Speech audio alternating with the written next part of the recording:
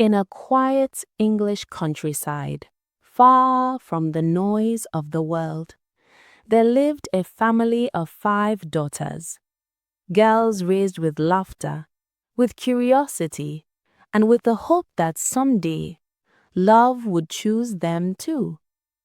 This is the story of Elizabeth Bennet, a woman ahead of her time, sharp mind, warm heart, a spirit far too alive to be confined by society's expectations. It is also the story of Fitzwilliam Darcy, a man of great wealth, greater pride, and a heart he had never truly learned to listen to. 2 people, born into different worlds, who meet not with love, but with judgment, misunderstanding, and the quiet spark of something neither could name. This is Pride and Prejudice, a love story about growth, respect, self-awareness, and the courage to fall for someone only when you truly see them. Settle in, relax your mind. Let's journey into a world where romance unfolds slowly, like a soft sunrise over the countryside, here in Book Reel Studio. Chapter 1: The Bennet Household. Our story begins in the Bennet home, where Mrs. Bennet is consumed with one mission: to see her daughters married, and hopefully, well. She is excited, almost trembling, because a wealthy bachelor has moved into the neighborhood. His name is Charles Bingley. Mrs. Bennet, in her excitement, makes sure everyone understands the importance of this news. Mr. Bennet listens, amused. Elizabeth, gentle and bright, watches her mother with affectionate patience. Jane, the eldest, smiles softly, shy, beautiful, and pure-hearted. The younger sisters, Lydia and Kitty, giggle endlessly, thrilled at the idea of balls and officers. Mary retreats quietly to her books. Everything is lively, warm, and just a little chaotic, as life in the Bennet home often is. The Meryton Ball. The first meeting. The night of the ball arrives, and the room is full of music, candlelight, and the excitement of young hearts.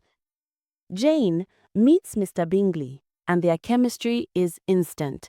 A shy smile, a gentle conversation, a spark as soft as moonlight, but bright enough to be unmistakable. They dance together, and the room seems to fade. Elizabeth is delighted for her sister, but her own story is about to take an unexpected turn. Across the room stands a tall, quiet man. Handsome, composed, almost intimidating. Mr. Fitzwilliam Darcy. People admire him. They whisper about his wealth, but they also sense something distant about him, a barrier he doesn't allow anyone to cross. Bingley encourages Darcy to dance.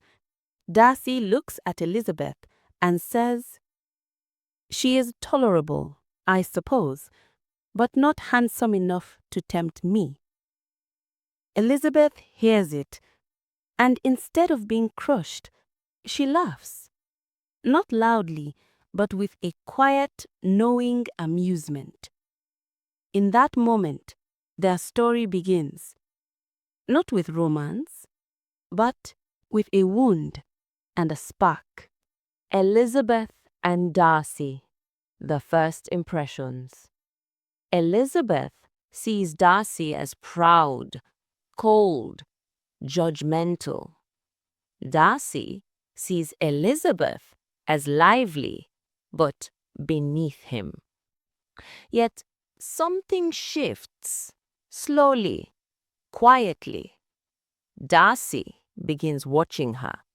He notices her laughter, her intelligence, her kindness. Elizabeth notices none of this. She is too busy teasing him in her mind.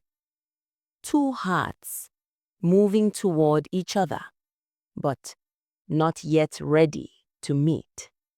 Jane and Bingley, a gentle love. While Elizabeth and Darcy clash silently, Jane and Bingley blossom beautifully. Their love is tender, peaceful, like a soft breeze through the fields. Jane sees only the good in him, and Bingley, sweet, open-hearted, sees Jane as the kindest soul he has ever known. Their love anchors the story and contrasts the slow, reluctant tension between Elizabeth and Darcy.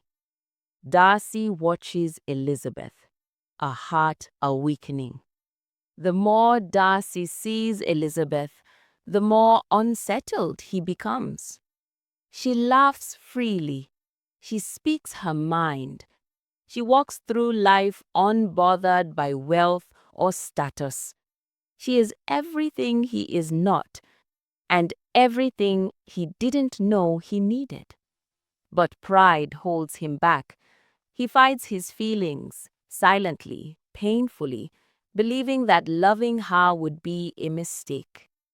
Elizabeth, on the other hand, is blind to his admiration. She sees only the version of him she created during their first meeting.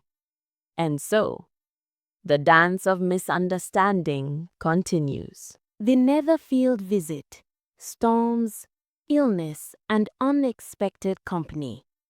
Jane receives an invitation to dine at Mr. Bingley's home, Netherfield. Mrs. Bennet, hoping to increase Jane's chances with Bingley, insists she travel on horseback, despite the coming rain.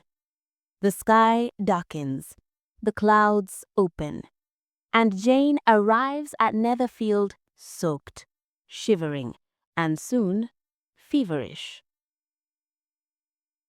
She is forced to stay the night, and the next, and the next. When Elizabeth learns of Jane's illness, she walks miles through mud and cold to be by her sister's side. She arrives at Netherfield exhausted, cheeks flushed, hem covered in dirt. The Bingley sisters judge her, but Darcy, quietly, is moved. He sees her devotion, her loyalty, her strength, and something in him softens. During Jane's recovery, days unfold slowly at Netherfield. Elizabeth reading, Darcy pretending not to stare, and Bingley glowing whenever Jane speaks. The air is warm with tension, with unspoken admiration, and the beginning of something Darcy cannot resist. Darcy falls deeper, against his will. He tries to fight it. He tells himself Elizabeth is beneath him, that her family is too loud, too emotional, too improper. But every time she speaks, every time she smiles, his defenses weaken. He admires her wit, her courage, her honesty. He tries to look away, but he always finds his eyes drifting back to her. Elizabeth, however, sees only his stiffness, his silence, his judgment. He is falling quietly, helplessly, and she has no idea. Mr. Collins, a proposal no one wants. Mr. Collins, the Bennets' pompous and painfully self-important cousin, arrives with one goal: to marry one of the Bennet sisters and make amends for the fact that he will inherit their home. His eyes first land on Jane, but when he hears she's likely to be engaged, he transfers his affections to Elizabeth. His compliments are awkward, his speeches are endless, his confidence is unshakable. And Elizabeth is horrified. When he finally proposes, she gently but very firmly says no. Mrs. Bennet is shocked. Mr. Collins is offended. But Elizabeth stands her ground with quiet, graceful strength. Darcy sees this too. Another reason to fall. Mr. Wickham, the charm of a deceiver. Soon after, Elizabeth meets a handsome young officer, George Wickham. He is warm, friendly, charming, everything Darcy is not. And Wickham tells Elizabeth a story, a painful, tragic story about how Darcy supposedly ruined his life.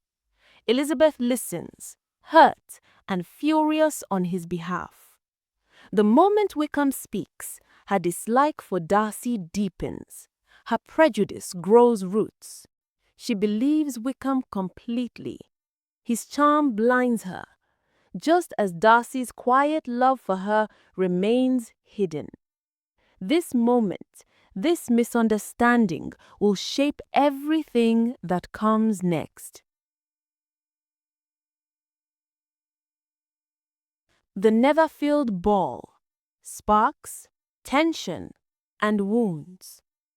The Netherfield Ball arrives, a night of music, candlelight, and rising emotions. Elizabeth attends with mixed feelings. Wickham is absent, claiming he wished to avoid Darcy. Darcy sees Elizabeth enter the room glowing with quiet confidence, and he approaches her. He asks her to dance. She hesitates, then agrees. The dance is beautiful, full of silent questions and unspoken longing. But misunderstandings swirl around them. Elizabeth is cold, wounded by Wickham's stories. Darcy is tense, fighting emotions he no longer understands. Conversation falters. Chemistry sparks. Pride clashes with prejudice.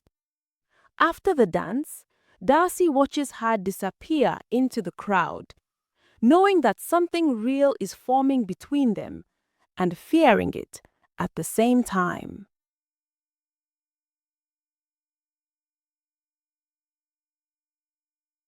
The separation. Bingley leaves. Jane breaks. Soon after, Bingley suddenly leaves Netherfield for London, without explanation. Jane's heart quietly breaks. She tries to hide her pain, smiling, gentle, composed, but Elizabeth sees the sorrow beneath her calm. Elizabeth blames the Bingley sisters and Darcy. Both she believes helped tear Jane and Bingley apart. Her prejudice strengthens against Darcy, against everything he represents. Darcy watches Elizabeth from afar, loving her more deeply, even as she moves further from him. All the while, a storm is forming, one that will bring them together and tear them apart. A visit to Rosings. New surroundings. Old tensions. Elizabeth travels to visit Charlotte, now married to Mr. Collins. Their marriage is quiet, practical, and built on convenience rather than love. Nearby lives Lady Catherine de Bourgh, Darcy's wealthy and intimidating aunt. And where Lady Catherine lives, Darcy cannot be far away. Elizabeth expects to feel nothing when she sees Darcy again. But when he walks into the room, unannounced, she feels a spark of something she cannot name. Something curious, unsettling, warm. Darcy, on the other hand, is shaken simply by being near her again. He visits more often. He asks questions. He lingers. He is trying, awkwardly, silently, to get closer. Elizabeth remains confused, still believing Wickham, still wounded by her sister's heartbreak. The distance between them feels wide, but the air between them grows heavy with possibility. Darcy's first proposal.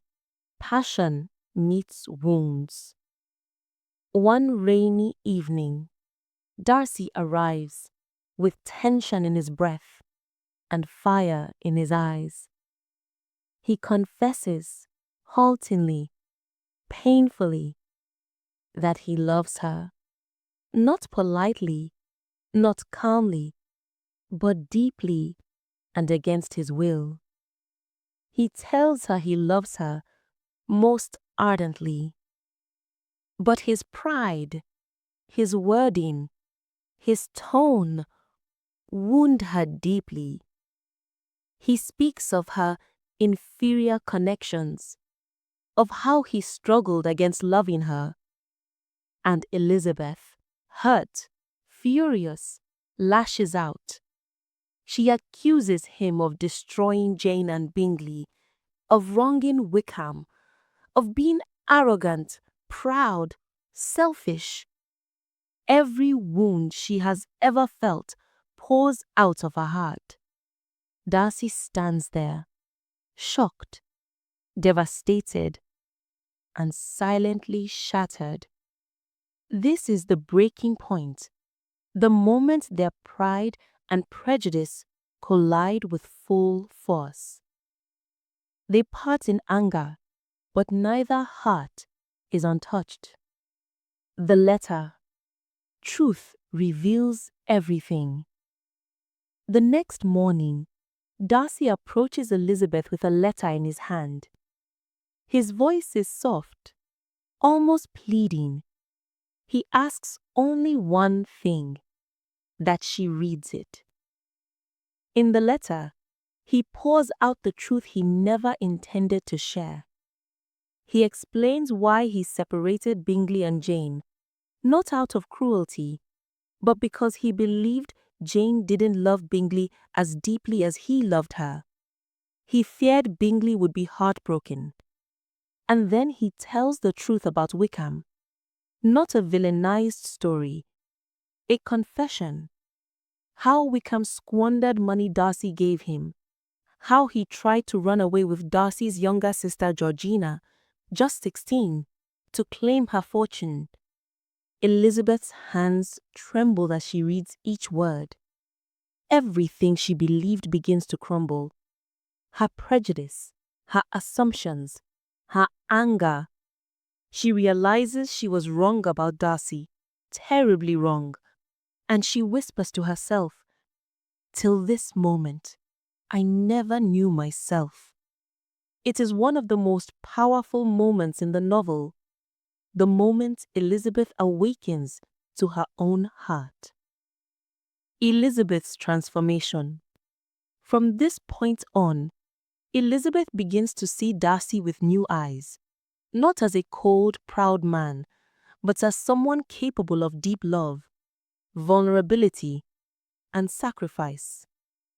She remembers every moment when he showed her gentleness, subtle, quiet gestures she once ignored. Her heart does not fall in love instantly, but it opens, slowly, softly, like dawn, after a long night. And for the first time, Elizabeth wonders, what if I was wrong about him? What if he was the one who truly saw me? Darcy, meanwhile, believes he has lost her forever, but love has not finished with them yet.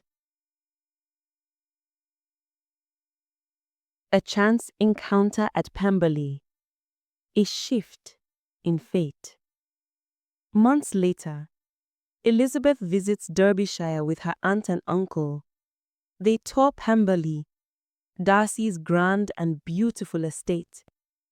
Elizabeth believes Darcy is away, so she agrees to see the house. As she walks through the rooms, she feels something surprising: admiration, respect, a quiet longing for what might have been. But then, Darcy appears. He is startled. She is breathless. And instead of coldness, instead of pride, Darcy is warm, gentle, gracious, hospitable. He treats her relatives with kindness, something he would never have done before. Elizabeth sees the change, the growth, the tenderness, and her heart begins to bend towards his. Lydia's scandal. The storm before the calm. Just as Elizabeth and Darcy begin to rediscover each other, disaster arrives. A letter comes, urgent, frantic, terrifying. Lydia Bennet, the younger sister, has run away with George Wickham. Not married, not protected, simply gone. In their society, such a scandal would destroy the entire Bennet family. Elizabeth's heart shatters, not just for Lydia, but for what this means for her future. Because now, she believes Darcy will want nothing to do with her again. So when Darcy arrives at the inn, Elizabeth tells him everything, ashamed, trembling. He listens quietly, with deep concern and no judgment. And then he leaves. Elizabeth assumes she has lost him forever. She does not know Darcy is about to do something that will change everything. Darcy's sacrifice. Love in action.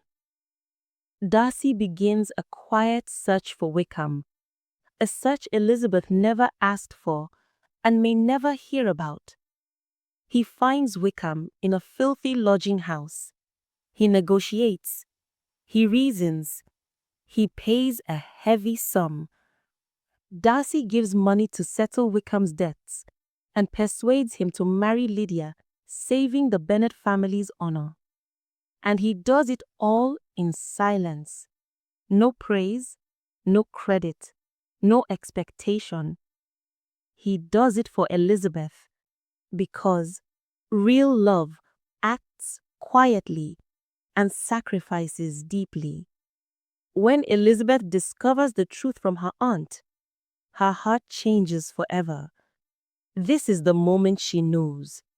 She loves him, truly, deeply, quietly loves him. The return. Hearts finally aligned. Bingley returns to Netherfield, encouraged by Darcy.